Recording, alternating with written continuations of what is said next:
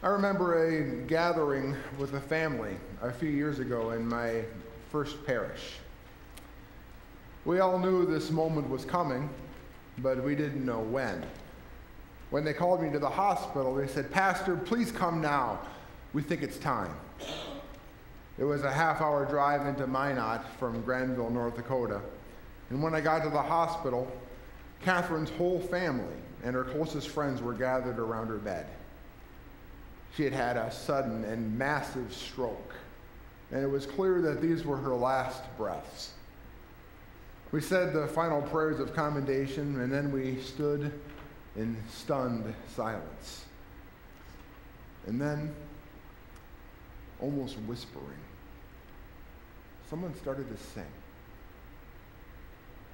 Amazing grace, how sweet the sound. And quietly, and another voice joined in, and another. And the voices grew stronger as we sang. It saved a wretch like me.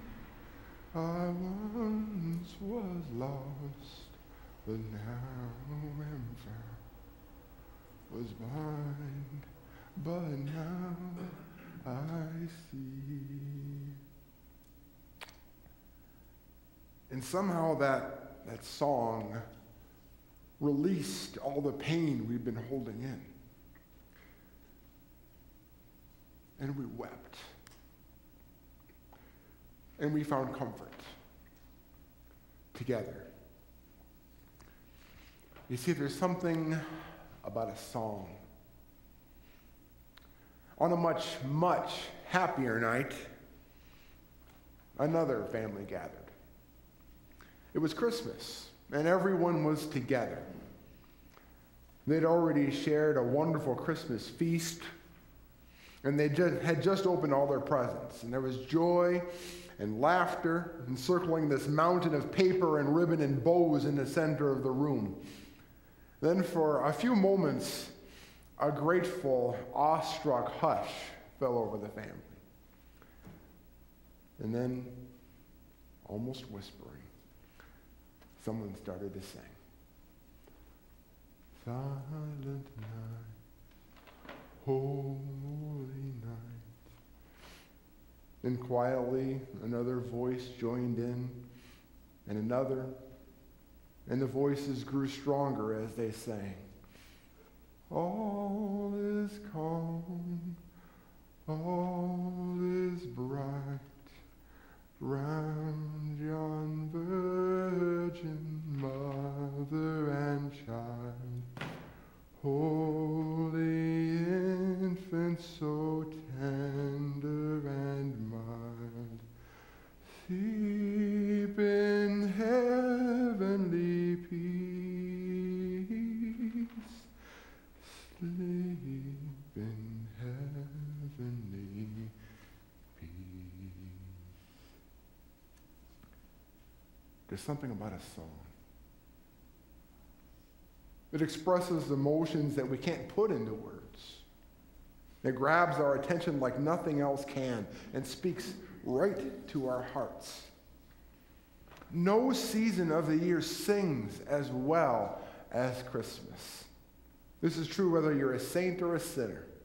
The world around us has occasional songs for patriotic days or other occasions, but only the season of Christmas does the majority of the population choose to sing or to listen to the singing of others.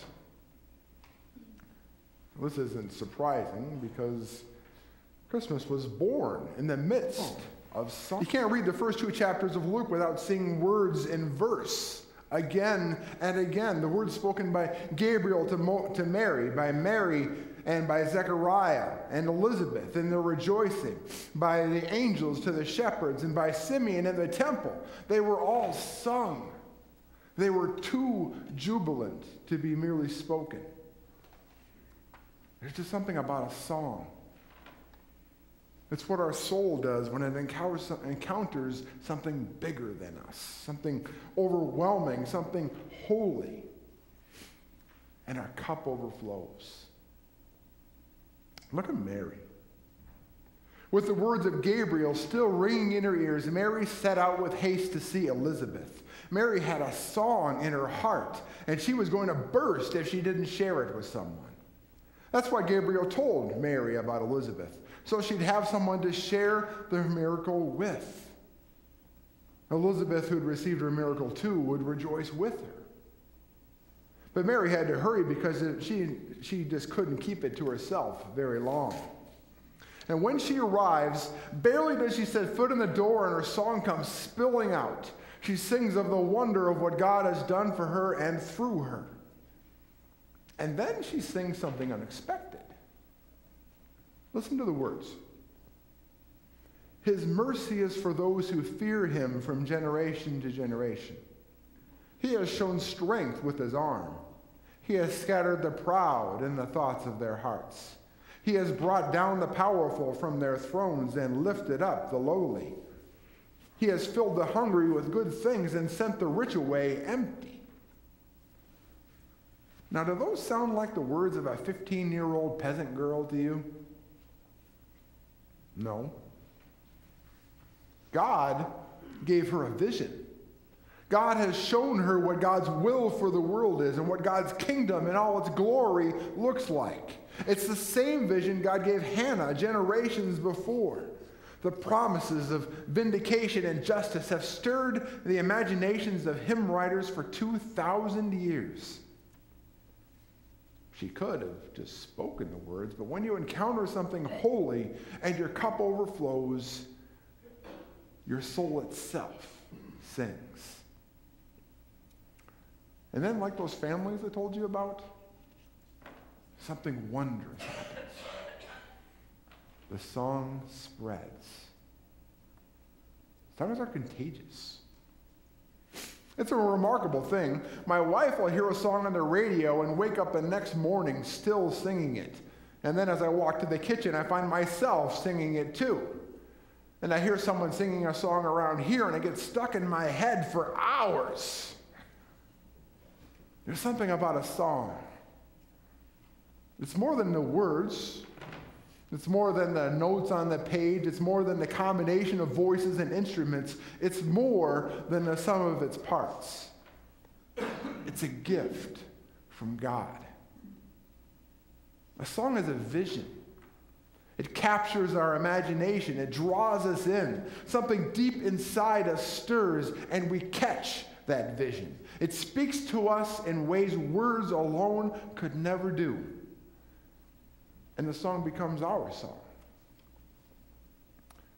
And there's something about Mary's song, too. Today, in spite of everything I have seen, in spite of the tragedy, in spite of the hardship, in spite of all of the cynicism of the season, when I hear and sing Mary's song, I believe. I believe in Christmas. I believe in God's good news. I believe God brings hope in the midst of despair and healing in the midst of hurt. I believe that God brings peace in the midst of strife and comfort in the midst of grief. I believe God brings companionship to the lonely and family to the forgotten. I believe God brings power to the weak and justice for the oppressed. And most of all, I believe God brings new life in the midst of death. This isn't just Mary's song. This is our song. This is our vision. This is the true meaning and purpose of Christmas. It's why we're here. It's no wonder Elizabeth's baby leaped for joy. God's song is being sung in you right now. God's Spirit sings it all day long. So sing along with it. Whistle it. Hum it. Better yet, live it. Like Mary, we need to let God out so that the world can hear God's promises. And hopefully, join in the song. Amen.